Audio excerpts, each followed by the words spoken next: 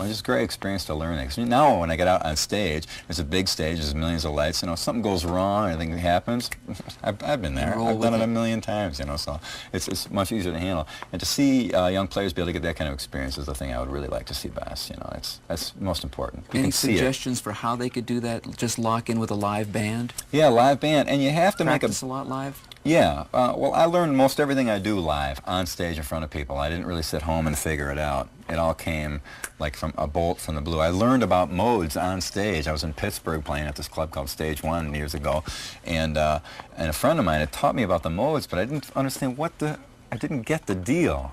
What does he mean by modes and this position? All of a sudden, oh, and all of a sudden the fretboard just exploded like... Yeah. Like, the significance of it, you know, it looked like this big. It's, oh, now I see, you know, right there, right live on the, you know, in front of people, I actually figured out, you know, finally, a little bit about music, you know. So, you know, to get up in front of people is the essential thing, you know, and it's sad that you can't do it, but you gotta get a band that does something that people will dig. You gotta know how to appeal to people. And I think a lot of bands sound like it's so original, they're not worried about appealing to people, they're worried about getting a record deal.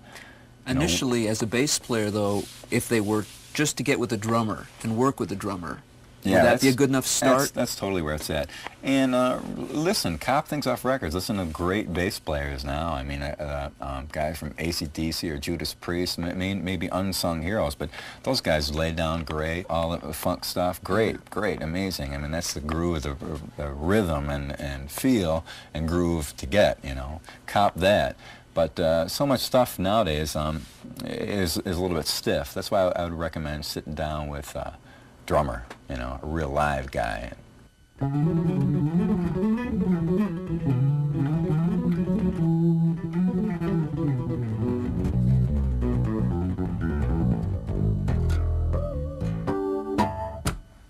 Anyway. Your right-hand technique is really well developed. What can you tell us about your right-hand plucking approach? Well, that's the most important thing for fingerstyle bass players, your right-hand technique.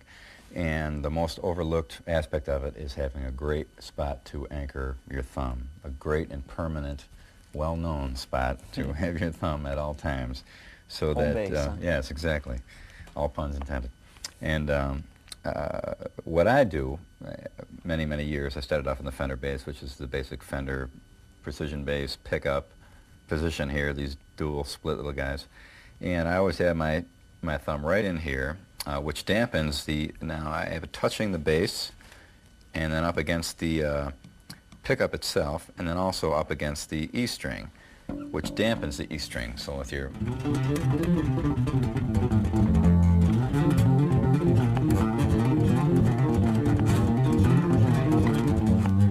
So you're always, your E isn't going to be humming along while you're doing anything. That cleans up the sound too a bit. Oh yeah. And when you're playing really loud and everything's feeding back, you got to hang on every string for dear life so it doesn't get out of control. And the other place I put my thumb is right on the next pickup here, which dampens the A string. So when you're...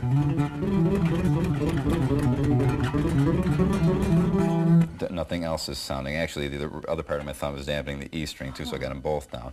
On occasion, I'll even get up to there and put my thumb on the pickup itself, or just the G string playing.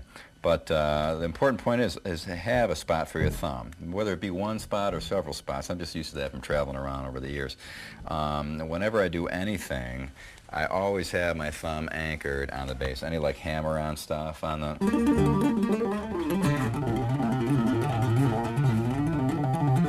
Always anchored here. It's actually starting to wear the paint on this bass here. Always have a solid point from which to work. And I keep my wrist locked real solidly. Some instructor was telling some kids the other day to always leave your wrists loose and floating over the instrument. The problem with that is when you're on a 60-foot stage running full blast in front of 20,000 people, the monitors are feeding back, people are throwing stuff. You're going to try to play delicately floating. Ain't going to happen. You know, it's not going to work. You're going to fall on your face, basically. So I really need to lock my arm down on the bass, my thumb in the spot, my wrist locked, and my fingers work. The difference between some players that I see work from this knuckle, where I work from that knuckle there. And the reason for that you'll see some movement in there, but that's more for positioning. The reason for that is when your finger sweeps like that, it creates a radius about that size. I see. And when you sweeps like that, the radius is much smaller. And therefore, that smaller radius fits in between the strings better, so you can actually play one string without hitting every other string while making a sweep. Some players play like that. Stand-up players play like that. You also notice stand-up players have a spot for the thumb. It's on the side of the neck. Yes. And that's how they play. I watched a guy the other night playing stand-up bass. He has his thumb locked down there real solidly, and he's got his spot.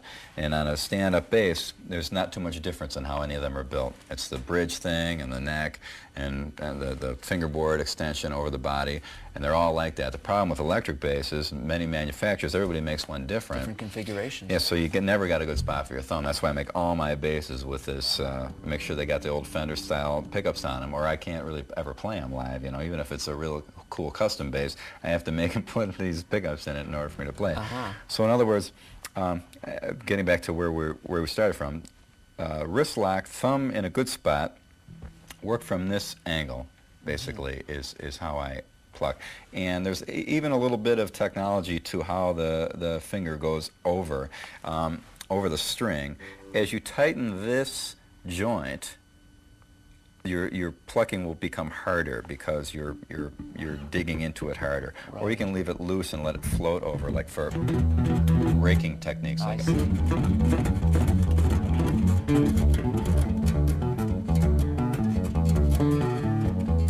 See, when you're raking across,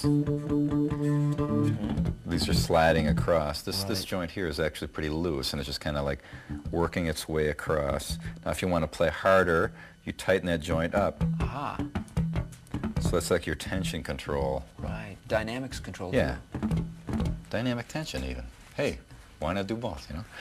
But yeah, that's kind of the workings of the joint, how I use it. Now I do a finger exercise sometimes just to make sure I'm really using that part of the joint, which is just try and hold your hand completely still, your fingers completely still, and just work from that joint up one finger at a time without the other ones moving. And it's great at parties too if you want to do drinking bets and to see That's people. True. No one can ever do it really. Well, it's actually pretty easy, but then you do twos and different groups of them and whatever. But it's just a good way to exercise your hand, keeping stiff from here to here, totally stiff, and then just working from those joints there. Now you'll see me when I'm playing. Of course, I violate those rules all over the place, but that's basically what it comes from. You know, is using that joint like that for 3 fingers. Exactly.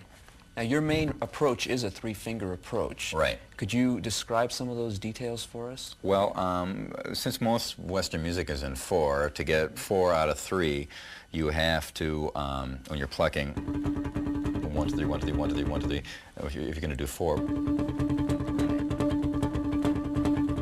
1 lands on a different finger each time. Now, there's a little controversy on which way to go when you're plucking. Should you go this way? Some guys want to go back and forth.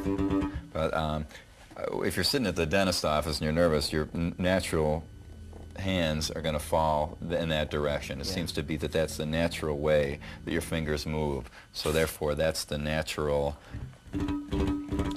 law of physics, almost. Yeah, kind of the law of hand physics, anyway. Right. You know, whatever book that was in. But that's kind of why I eventually got to that direction. To go in the other direction, sometimes I will for exercise. Anytime I do anything, I'll always exercise it backwards, forward, sideways, do it every conceivable way, even in ways that I normally wouldn't do it, just to exercise my muscles around so I'm not stuck in one particular pattern. So, I'm going in this direction. The reason I'm not going back and forth like that is because the middle finger then works twice as much. So it's 1, 2, 1, 2, 1, 2. It works twice as much on each passage back and forth. Again, that is a good exercise to do.